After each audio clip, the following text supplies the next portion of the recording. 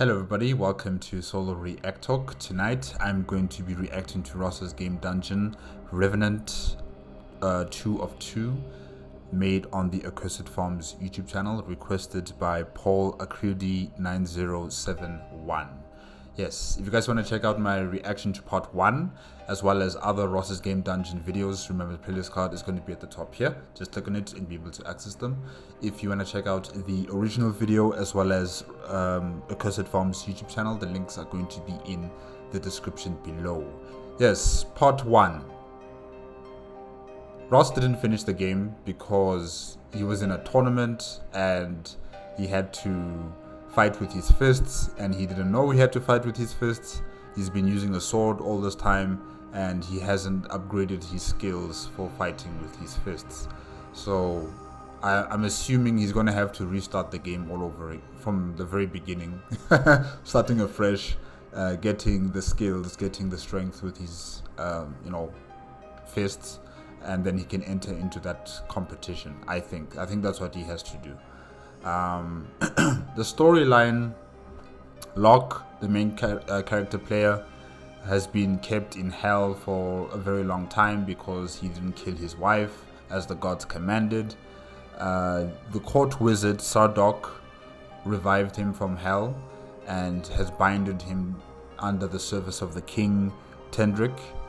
Tendrick's daughter has been kidnapped, and that's why Locke is here right now, to rescue the daughter of the king and also probably free other people who've been captured by I'm not entirely sure who exactly captured the people, who abducted the people. I'm not entirely sure who it is, but the main reason why Locke is here is because of his strength, his abilities, and Sardok, the court wizard, has manipulated the king in killing his closest and best confidants, the people who were protecting the family. And the court wizard is eliminating all threats to his hegemony or his control of the kingdom. The king Tendrick is just a puppet now. He's a puppet, and the one pulling the strings is the court wizard. So I assume that the court wizard is an evil person, definitely, and he's going to become a threat to Locke. I'm not sure when, probably at the end of the game or in the middle of the game, not sure when, but we have to keep an eye out for him, definitely.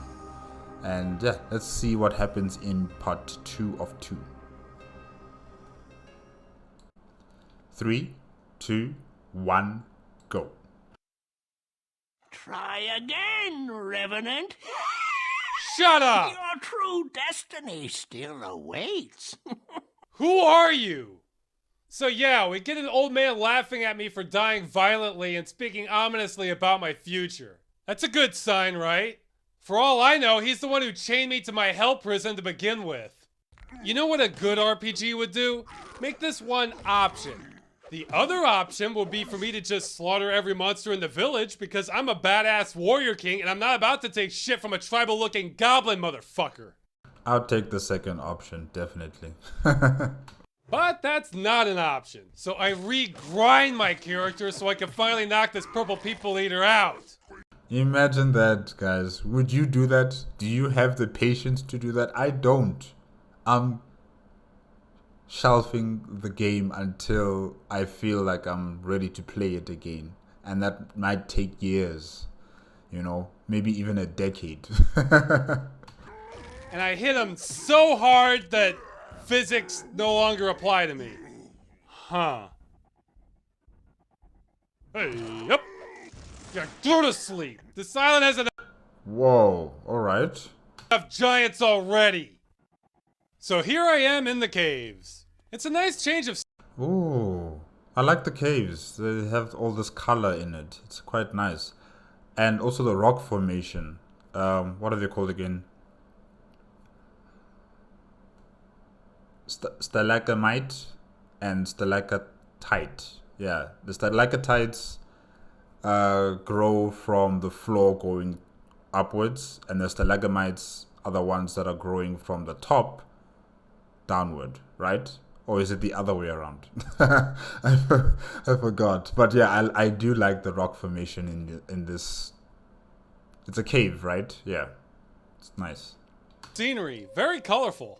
Little do I know, the pain is just beginning. If you've watched earlier episodes, you'll know I'm not a fan of mazes in an action game. Well, guess what the cave is. Now, it's not the worst maze I've seen by any means, but this just isn't what I wanted. Look, I'm also not a big fan of mazes in a game. Yeah, I'm just not really fond of any game with a maze. Like, it takes patience. You know, you have to go back and forth, figuring out how you should be moving, where you should be going. And yeah, I'm just not really fond of games that give you that, you know, experience in their game. Yeah. But this place is colorful, you know. It's quite nice. Maybe it'll keep me entertained as I search for the exit. I will say this probably is the most beautiful maze I've ever seen. Now you can criticize Diablo of having some maze-like levels, but Diablo gives you a good full-screen auto map, and the enemies don't respawn, so it's easy to tell where you've been. I never had a hard time figuring out where I should go in Diablo, and it had randomly generated exits. Here, enemies respawn quickly, which only confuses me. Whoa, where did you come from? Also, my minimap is busted thanks to graphics bugs. If I disable 3D acceleration, that fixes the bug, but I can barely zoom out at all. It's not much of an improvement. Plus, then I miss out on all the extra eye candy. I'm just in for some pain no matter what I do here. Unless you like infinite respawning enemies in a maze. But these wizards throwing ice attacks, wind attacks, lightning attacks. Hey, crazy. In which case, the caves are for you. The last time I played this game, I guess I had less self-respect than I do now, so I kept trudging through it. But I eventually gave up, doomed to die alone in the dark, lost in the caves. Not really the ending I wanted, but this was one problem I couldn't solve with a sword. Actually, there was more than one problem. Why is your sword glowing in a blue tint? Like a fluorescent blue. Yeah, it's quite nice though. This is as far as I got before I quit the last time. I stopped right here because I was noticing a grim trend. I was leveling up and getting some better gear, but the enemies were getting harder faster. A lot faster. Each encounter was turning into a life and death situation. Also, I was burning through food and health potions at a much faster rate than I was replenishing them. It didn't take much to do the math and realize this wasn't going to work for much longer. Yeah, this would be extremely frustrating. Another reason why I would give up playing the game. So, I stopped. Well, now that I've picked it up again, one thing I will say about Revenant is it has some great cheat codes. My favorite being kill enemies with one hit. Do what you gotta do, Ross. Just do what you gotta do. I am not going to sit here and berate you or judge you for using cheats. I'm not going to be that person. In fact, I implore you to do it. Do it more. Yes, I encourage you to do it more. Yes. Now, you may think that's cheap, but so is this game. Diablo didn't get this hard until the very end, and I'm only about a third of the way through. I'm pretty sure I could beat this game legitimately by abusing the save and load system, but is it really worth the extra 20 hours or however long that would take? Wait, what am I saying? This game has infinite enemy respawns. I don't have to justify anything. So on we go. Yeah, eat that, you wizard. I've got a sword and all you have is a stupid robe. This is cool. One-shot kill like that. That's cool. The game started becoming much more fun at this point. This is actually a more realistic portrayal of what I think would happen if you went around bashing people with a sword. I mean, most of these people aren't wearing any armor. So I go through some mazes. And more mazes. And more mazes. I'm giving up. And more. Okay, I'll spare you. I finally make it out. The main character should have a beard by this point, since that's about how long it took. And I get a cutscene. I'll just sum up my interpretation of what's happening while the great music keeps playing. You see a statue of a woman that triggers some memories. She was your bride from your past life, and it's implied later that she's been reincarnated as the king's daughter in this life. Well, isn't that convenient? Essentially, it's the same romance plot as the movie Bram Stoker's Dracula, since they added some stuff that wasn't in the book. Except instead of a vampire, you're an ass-kicking Revenant. Maybe the Catwoman would be Van Helsing? I don't know. There's actually not much character development at all in this game. It mostly feels like a bunch of throwaway NPCs. The story is interesting enough, but I wouldn't call it a strong point of the game. So this whole sequence I think is just a flashback to all the good times you had after not sacrificing your pride. Too bad it was just a fleeting moment compared to an eternity of being suspended above hell. I would have preferred them to be in that city. Like in the part 1, at the beginning of the game, we saw Locke with his wife in the city with the tall spires. It looked like it was the Valerian Freehold from Game of Thrones. Yeah, I would have preferred them to be in that setting instead of being on the beach with a lighthouse in the distance there and the sun. I don't know. I want to see that city again. That city really caught my attention. Not the beach here and with the sunset. I mean... The moral of this story is if you mess with the gods, they mess with you. Anyway, after the cutscene, the wizard appears just to let you know he was screwing with you the whole time. And oh, shocker. You could have taken a shortcut, but he didn't want you to. I can't say I'm surprised. This strikes me as the sort of thing he would do. But you could have just teleported me around the island. All those quests were meaningless. Pretty much. So I finally get to the eastern side of the island. It looks great, just like the west side. You keep going to the east and guess what's next? Oh boy, a maze. My favorite. This whole section with the ruins is starting to piss me off. Because I discovered that I reach an impassable entrance where I have to disable the force field by collecting trinkets scattered all around the ruins. I thought I had everything, but it turns out some of them were scattered outside the entrance. So I had to run back all the way out and come back again. And remember that the enemies respawn as well. So yeah, at least you did activate that cheat for one hit kill, because this would have been frustrating. To get a little more of my maze fix. This is really not improving my opinion of the game. I do like how it's reinforcing my decision to cheat, because it's not like this was one hard section, then the game gets fair. Yeah. No, this will be another layer of hell.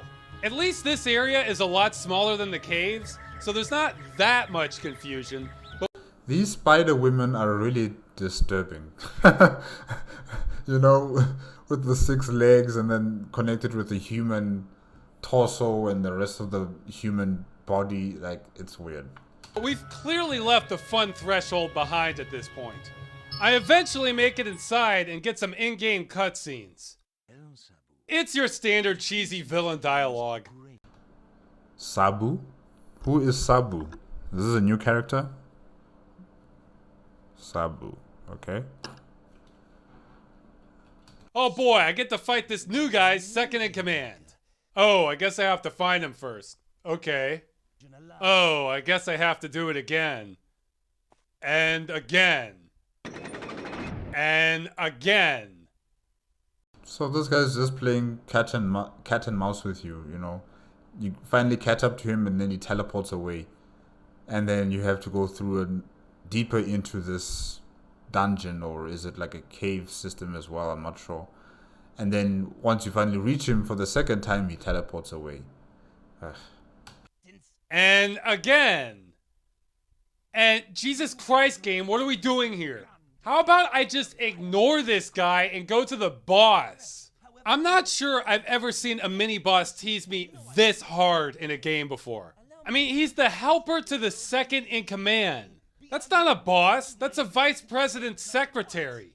All he does is piss off the character and me. To top it off, he uses just about every cliched villain line you can think of. I could destroy you with the wave of my hand and put an end to your pitiful existence. You truly have no idea what you're up against. Let me assure you that you will not leave this dungeon alive. So we meet again. There's nothing you are capable of doing about your threats, however entertaining, are pathetic. This guy's boring. He's boring. isn't over. Allow me to introduce you to a world of misery and suffering beyond your wildest ideas. He's like those bad characters that we get in cartoons. You know, like a cartoon with a hero and the villain, and the villain is like, "Oh, I'll get you next time." You know, they always say that, "I'll get you next time. This will finish you. I'll defeat you with my greatest weapon." You know, they're always talking and talking and talking, and they get beaten by the hero, and then they run away. And then the next episode, they come back again with a new idea, a new weapon, or something like that. Yeah, it's kind of like that, and it only works for cartoons, not games. Before me at once, and I may spare your life. But after the problems you've caused, I have something a little more creative in mind. Just about enough of this. Me too. They milked this way too hard. This game would have redeemed itself a lot if I could have just stabbed him dead in the middle of his third taunt.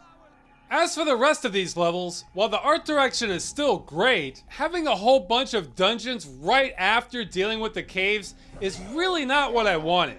And guess, just take a guess how I would describe the layout of these next few levels. Yeah, go ahead, guess.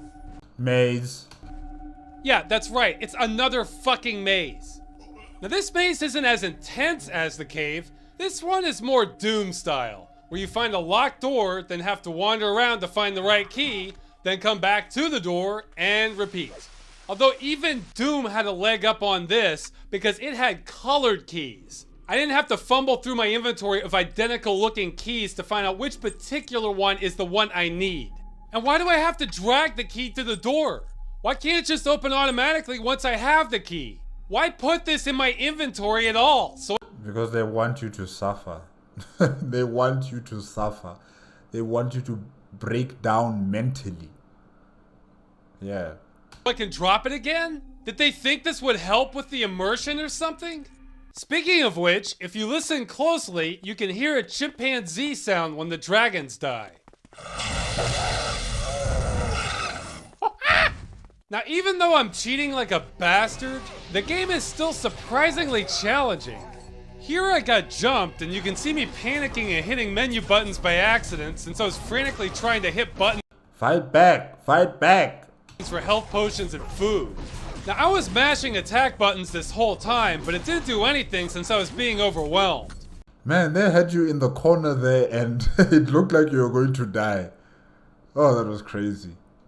Yeah, I think that's one advantage to this game in terms of the action, you know, the swords play that we're seeing here, not only from the main character player, but also from the enemy opponents. You know, how they move around with their blades and how they attack with them, and also the wizards, you know, with their elemental powers. It's cool. It's just that the rest of the game, in terms of the environment, you know, how the game always respawns the same enemies in the same spot. I don't think I could ever handle something like that, you know. So yeah, I think that's a problem. That's an issue right there. And of course, the maze.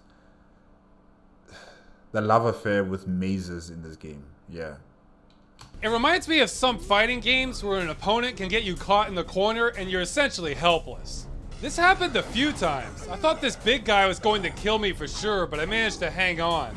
Now, I'm not saying my one-hit kill cheat is balanced, but I think the game and I have an understanding as to how cheap each of us is prepared to be. Oh, yeah. How is that possible? No. How is that possible, guys? No. That looks fair. I should have dodged that. I did find it amusing that I got hit in the head by a block of ice while the character struck a pose after leveling up. Whoops. At one point, I loaded my game only to find that the helmet I was wearing had completely disappeared. I have no answers. I like how this area is called the City of the Children, yet there are no actual children in it. It doesn't even look appealing for children to stay in, so yeah, this is weird. This doesn't look like the sort of place you should bring children. Oh, definitely. Now these quirks are fun, but eventually the game decides to start playing hardball with the mazes again. The mazes. I'm really starting to lose my shit here. I keep wandering around over and over. This maze has it all. Dead ends, multiple loopbacks, so if you go down one path, you're not always sure if you're in someplace new. identical patterns so you don't have any reference points, and of course a generous amount of map loading delays. This is killing me. I don't know how you do it, Ross. I honestly don't know how you do it. But thank you. Thank you so much. Because I could never. After a while, I thought I was hallucinating, but no, take a look at this. Look at the top of the screen. I can't decide if this is a bug or if the game is inventing more of the maze for me as I go. I decide hell with this and look up a walkthrough where to go next. Okay, I think I'm in the slave den, so I should go Red labyrinth, white, green, blue, orange, yellow, purple. What? Yagoro? At last. No man, there's too many labyrinths. And all these labyrinths are mazes. No.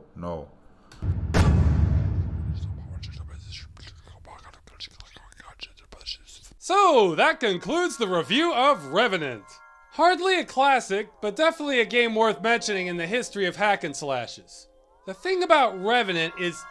Alright, fine. I'll give you the rest of the story at least. Locke gets some powerful artifact necessary to kill the boss, but it starts turning him a little evil. Some retired guy in the forest tries to tell you something, but... Wait, who's the boss? Yeah, I didn't write down the boss's name. But yeah, okay, we'll see him. But the wizard shows up and kills him because that's his thing. Then he kills the king because he's on a roll. Shocker! I'm sure no one saw that coming. You don't really care because you're drunk on demon power. So you go and finally make it to the end boss. Grrr, scary. And you kill him and here's the ending. Hey, the wife. This is sort of like the outer space version of Sleeping Beauty.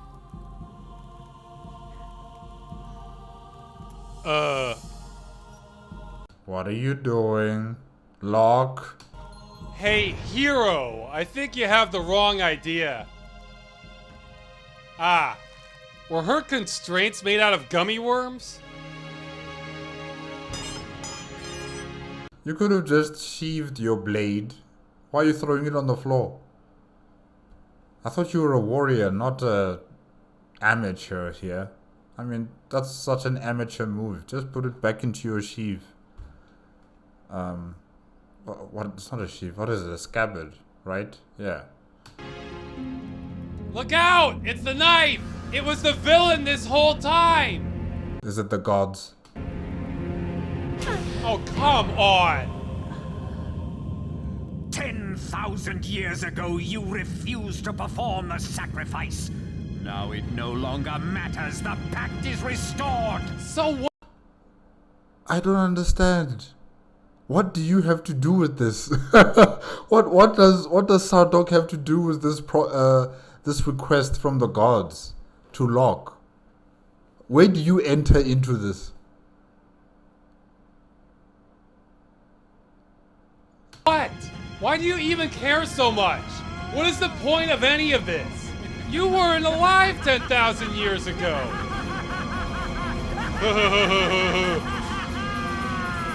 Seriously, that's like being pissed about something somebody did in 8000 BC. And then what is Locke doing? Where does this power come from?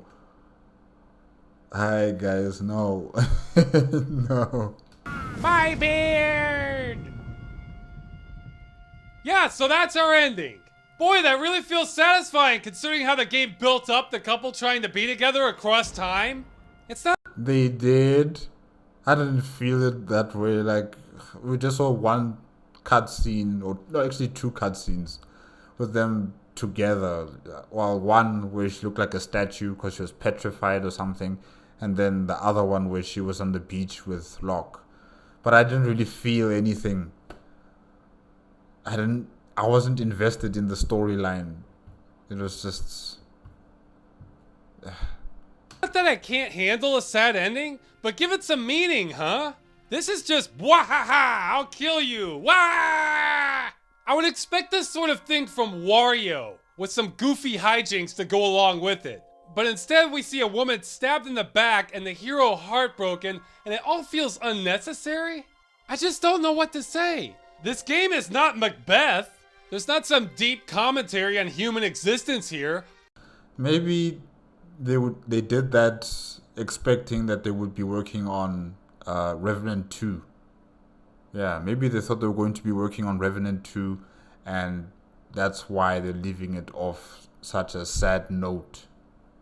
Yeah. Half the time, the writing felt like it was a Saturday morning cartoon. It probably won't be the last time, but I have to say Revenant has caused more intense mixed feelings for me than any other game on the show so far. It starts off really good and gradually ends up so tedious I couldn't finish it. It crashed and burned. And maintains a great atmosphere the entire time. And to cap it off, we have one of the most callow yet nihilistic endings I've seen. What the hell? What was this game trying to do? It's not like there was one thing that held this game back. It feels this way by design. You know, I was hoping Locke was going to be like Kratos. I did discuss about this in Revenant 1 of 2, where, you know, after we saw Locke not obeying the commands of the gods by killing his wife, he was taken to hell. And I was like, you know, Locke has got to be like Kratos here. He's got to kill the gods. He can't allow himself to be controlled by their will. So I thought that's where we're going to be heading, you know, where Locke defeats whoever's been abducting the children, and then the gods try to interfere, and then he would attack them and kill one by one, you know, all of the gods, and he'll be free to rest in peace or something. But this is what we got. So many games nowadays are predictable or follow a standard formula. But this one feels like something that limped out of an alternate dimension where it should have been a great game, but decided to kill itself in front of me instead. Why? I'm sorry everyone, I don't know what happened here. I'll try better next time. Come back later for the special Halloween episode, which will be just as violent as last year. And have a better ending than this. Christ.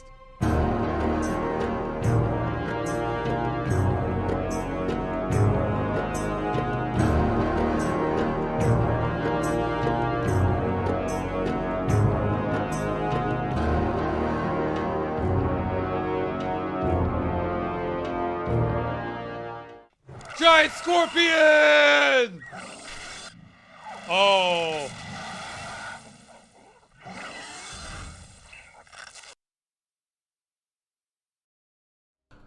Okay, guys, that is it with Ross's Game Dungeon Revenant 2 of 2, not 1 of 2, 2 of 2, made on the Accursed Films YouTube channel and requested by Paul Accursed 9071. Yeah, that is the end of a very